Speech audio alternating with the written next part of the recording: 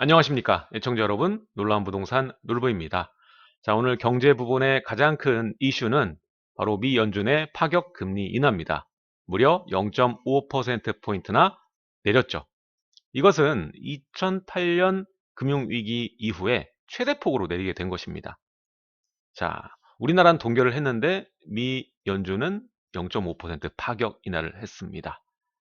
자, 이에 따라서 경제 부분에 어떠한 결과가 있을지 참으로 궁금합니다. 일단 오늘은 미 금리 파격적으로 인하가 되는데도 불구하고 다우존스는 급락을 했습니다. 자, 경제 위기의 가능성이 높다라고 판단을 한 것이죠.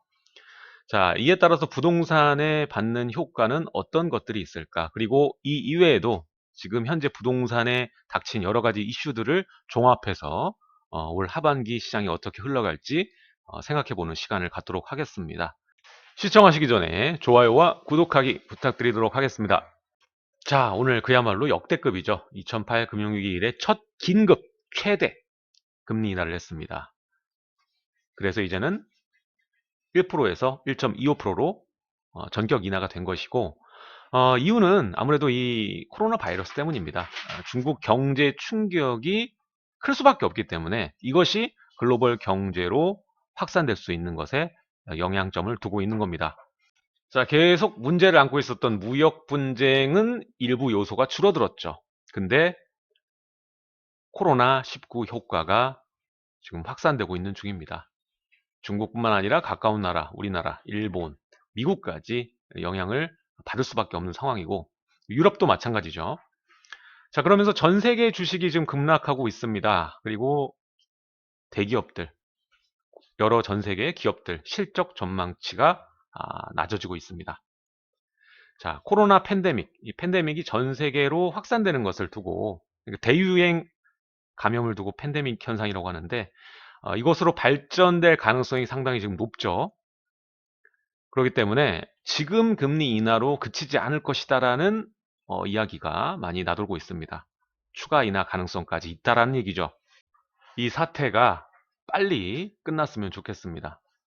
자, 원래 이 금리 인하를 하게 되면은 다우존스가 상승합니다. 인하 때문에 돈이 풀리니까 사업적인 부분에 발전 가능성이 높아지기 때문에 그렇죠. 근데 이번에는 달랐습니다. 전격 금리 인하에도 불구하고 다우존스는 급락을 했습니다. 자, 우리나라는 이 미 금리 인하 소식을 두고 다시 2000선을 넘어가긴 했지만 그래도 여전히 이러한 불확실성이 큰 상황이죠. 따라서 한국도 4달 정도, 다음 달 정도의 금리 인하 가능성은 굉장히 높다라고 볼 수가 있겠고요. 전반적으로 봤을 때 이 저금리의 상황은 지속될 게 뻔하고요. 경제 불안으로 인해서 당연히 안전자산으로 선호하는 이 선호도가 더 커질 수밖에 없는 상황입니다. 따라서 금, 달러, 부동산의 가격이 더욱 견고해질 것이다 라고 볼 수 있겠고요. 지금 달러 가격이나 금 가격 보시면 여러분들 잘 아실 겁니다. 자, 그리고 우리 채널 분들은 부동산 가격의 움직임에 대해서 가장 궁금하실 텐데 아무래도 이 상황이 지속되면 지속될수록 부동산 가격이 빠질 확률이 높아지겠지만 이게 당분간으로 그친다. 그러면은 부동산 가격은 더 견고해지고 올라갈 가능성이 높습니다. 자, 현재 이 바이러스로 인해서 경제 내수가 완전 죽었습니다. 일단 다수의 분양도 미뤄졌고요. 그리고 부동산 거래도 없는 상황입니다. 위축돼 있죠.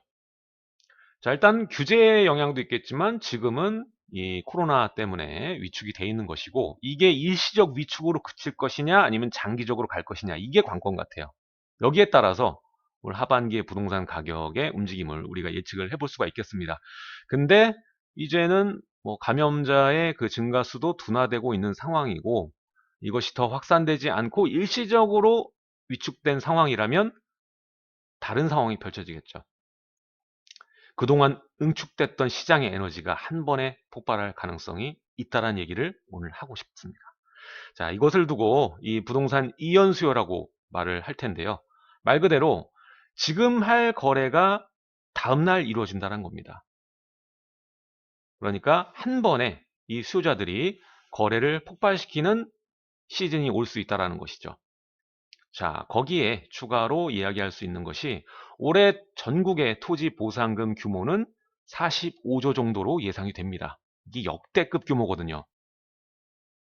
자, 그리고 추가로 우리나라는 총선을 앞두고 있는 상황이고 미국도 대선을 앞두고 있습니다. 이럴 때는 경제의 각종 호재가 쏟아져 나오거든요. 그러면서 기대 심리를 타고 경제 전반에 그 자본이 올라가게 되어 있습니다. 게다가 내년부터는 서울뿐만 아니라 수도권까지 신규 매물이 급감하게 됩니다. 급감기가 도래한 것이죠. 자, 자세하게 살펴보면요. 토지보상금 규모입니다. 자, 2009년이 이전에 가장 크게 풀렸던 시즌인데요. 자, 34조 정도가 풀렸습니다. 근데 그래프 보시죠. 자, 2020년 45조 원으로 훌쩍 뛰게 됩니다. 물론 여기에 대부분의 금액은 3기 신도시로 추정할 수 있겠습니다. 자, 3기 신도시 외에도요. 검암역세권 개발과 의정부 안산의 공공주택지구 토지 보상이 이루어지고요. 또 공원 부지가 공공주택지구로 활용이 되는 이 성남이나 안양, 부천 지역도 작년에 공공주택지구로 지정이 됐기 때문에 올해부터 토지 보상이 진행이 됩니다. 자, 가장 큰 규모를 자랑하는 것은 당연히 3기 신도시죠. 어마어마합니다.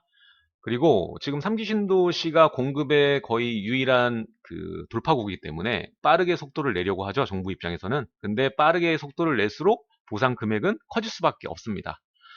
일단 보게 되면은 계획 당시 30조 정도로 추정되던 보상금 자체가 이제 땅값이 상승하면서 36조 원 수준으로 늘어날 전망이고요.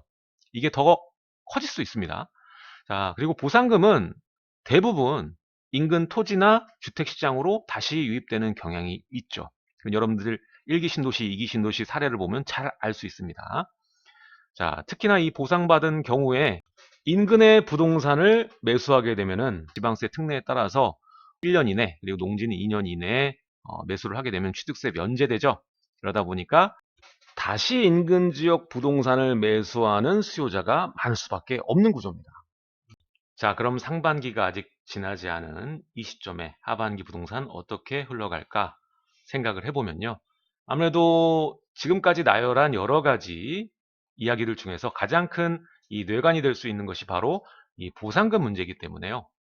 아무래도 하반기 쪽에 무게를 두고 이야기를 할 수밖에 없습니다. 자, 이미 이 서울과 수도권 일부 지역 같은 경우 매매가가 많이 올랐죠. 전세가율이 50% 정도밖에 되지 않기 때문에 아, 매수하기에 규제 부담감과 그리고 금액적인 부분으로 인해서 접근하기 어려워진 수요자가 상당히 많습니다. 따라서 대체주택이나 아니면 전세를 선택하는 수요자가 증가할 수밖에 없고요. 그러다 보니까 올 하반기는 또 이례적으로 전세가와 매매가가 함께 상승할 가능성이 높습니다. 자, 매매가 상승폭이 크다라고 볼 수는 없는 것이 일단 이 그동안 저평가된 이 저가 차선 입지, 그리고 우수 입지의 구축, 그 중에서도 대형, 이런 단지들이 성장하는 것이 좀 돋보일 것이다 라고 생각이 되고요. 신축의 모멘텀은 여전히 강세를 보일 것입니다. 특히나 입주를 앞둔 지역 여러 군데가 있는데 은평, 그리고 신길, 장위 등 여러 지역이 있습니다.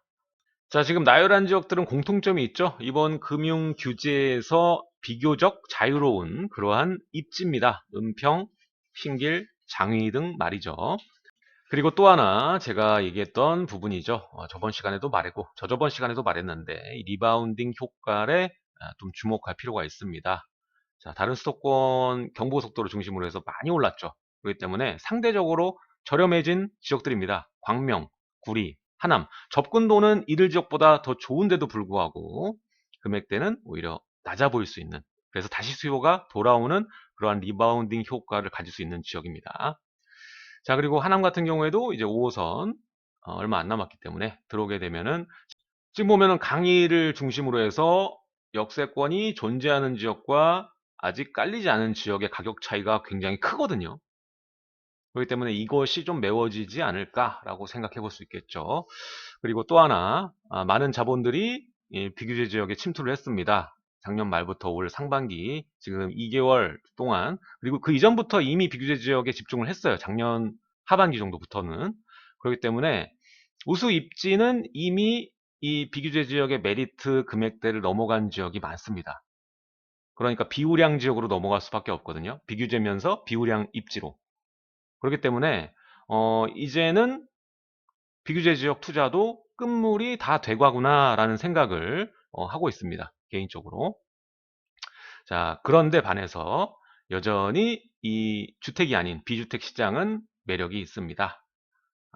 원래 가치보다 가격이 낮은 상태거든요. 그렇기 때문에 저가 매수가 가능하다.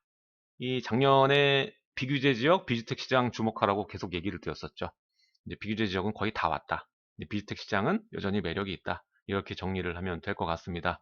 자, 아무튼 간에 여러분들 포지션 굉장히 중요한 때고 어려운 때임이 맞습니다. 이 바이러스가 길게 가느냐, 진짜 팬데믹으로 가느냐, 아니면은 일시적으로 지금 확진자 수가 둔화되고 있으니까 멈추느냐, 이게 굉장히 중요한데 개인적으로 이런 것들 빼고도 우리 국민들 건강을 위해서 여기서 좀 멈춰 주었으면 좋겠습니다. 그리고 많은 이 소상공인들도 먹고 살아야 되기 때문에 빨리 멈췄으면 좋겠습니다. 여러분들 무엇보다 건강 조심하시고 마스크 그리고 될 수 있으면 장갑도 구매하셔서 가지고 다니면 좋을 것 같습니다.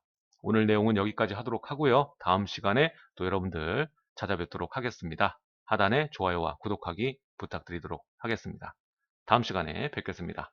감사합니다.